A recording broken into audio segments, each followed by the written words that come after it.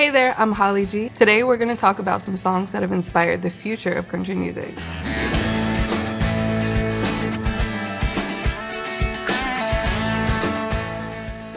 I'm a huge country music fan, and I'm also the founder of the Black Opry, which is an organization that creates a platform and opportunities for Black artists, fans, and professionals that love country music like I do. Back in 2021, when the country was having very heavy conversations about racial injustice, I started thinking about country music and how that fit into the bigger picture of the social movements that were going on. And what I realized was that there was no platform and no space for Black people within the country music industry the way that it existed. And so there were so many people that were interested in what we were doing that it kind of spiraled out of control in the best way. So now we have a touring review. We just wrapped up our artist residency program where we educated 5 amazing artists in Philadelphia with XPN. Our goal is to be one of the institutions in the country music industry. And so I'm really, really excited that the people that are pushing for change within the industry are becoming louder and harder to ignore. If you look around, you can tell that people are really, really starting to come together to push towards a better, more diverse future, and it's really exciting. All right, let's get to the music. These are nice. I might have to take these with me. Anybody who knows anything about me knows I have an obsession with Charlie Crockett. And I actually found Charlie right when I was starting the Black Opry. And so I found this song called I'm Workin', and when I would work on Black Opry, I would listen to that song. There's one line in the song where he says, "I just want better, tell me what else can I do?" And that's kind of how I felt when I was starting Black Opry. I just wanted country music to be better, and I was trying to figure out what to do, and I think that's part of why it resonated with me so heavily during that time. The song is about wanting more for yourself, and everything that Charlie does is so special because he is so good at he almost sneaks these other influences in. So when you hear it at face value, it might sound like blues or country, but if you listen a little bit deeper, you can hear all of these hip hop and jazz influences. And he actually used to sing hip hop music on the subways, and he brought all of that influence with him when he started making country music. All right, let's see what's next. So this song is super cool because it's actually a reinterpretation by Jake Blunt of an old spiritual. And the song was about gambling, but Jake said that he actually thinks gambling is fine, so he didn't want to sing a song about somebody being punished for gambling. And so he switched it up and he kind of made it about greed and capitalism, and he calls it his Eat the Rich moment.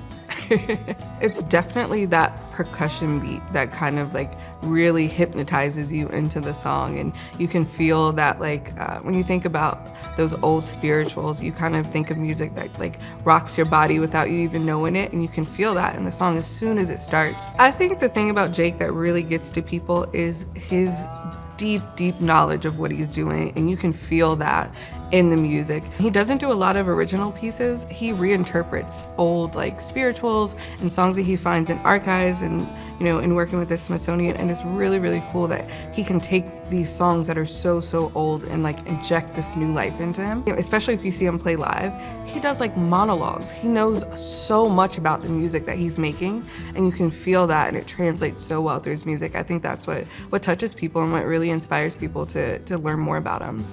Let's see what the next song is. This song is so fun and so powerful. I experience music as emotion, and so nobody feels the same way all the time.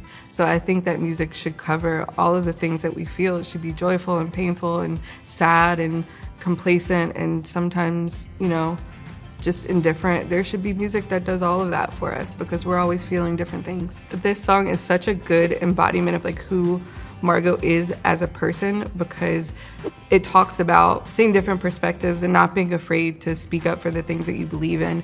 And I remember when I first discovered Margot Price back in 2017, I was so shocked because there were not a lot of women that were speaking out, and to see her kind of stand in the things that she believed in, whether or not you agree with her, you gotta respect somebody who's that confident with what they think. For Margot to kind of be so vulnerable and so open with this song, it just really it made me feel proud to love country music again.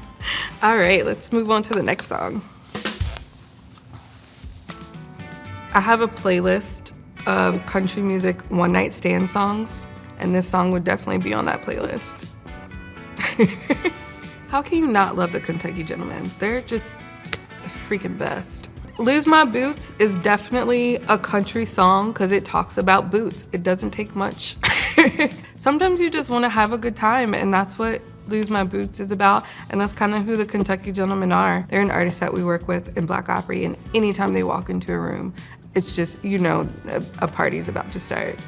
If I had to describe the Kentucky Gentlemen to non-country fans, I would say they're the duo that will make you like country.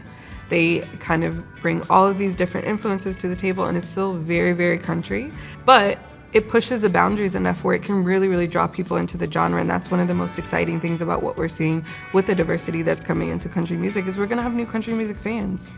All right, let's see what our last song is. Love Roberta Lee. She is so powerful, and this song is the perfect representation of that. This song is so powerful because it doesn't mince words. Like, my favorite lyric in the song is kind of like the gotcha moment where she says, "If I'm too much of a woman, you're too little of a man." And it's kind of like laid bare, easy to understand. There's no misinterpreting that. One of my favorite memories of hearing Roberta perform this song was actually at CMA Fest. It was really cool. It was our first time coming and performing at the festival, and we got to play on the close-up stage, which was awesome, and we had a great crowd, and they really, really responded and reacted to it. And then when she got to the line, like the kicker where she says, "You're too little of a man," the crowd just erupts, and everybody immediately gets it once you get to that point. And it's one of those songs where it doesn't really matter who you are or what your identity is. Everybody's had a feeling where they felt like they had to change who they were to please somebody else, and everybody knows how uncomfortable that is. So when she sings it, everybody gets it. We are so often told, like, if you're gonna do country, it has to sound like country. You can't bring any of these influences. When you look at other artists like Sam Hunt and Luke Bryan and Florida Georgia Line, and all these artists have had the freedom to bring in these really cool influences, but Black artists typically don't get that freedom. We've not been allowed to be authentically ourselves, and it's not because of a lack of talent. We've compiled a database of over 250 artists across the country that are super talented. Every show that we put on is jam-packed with talent, and we are proving that the talent is there. People's minds just have to open up and allow them the space to exist within the industry. Thanks for watching. Make sure to like and subscribe, and check out more videos here on the official CMA YouTube channel.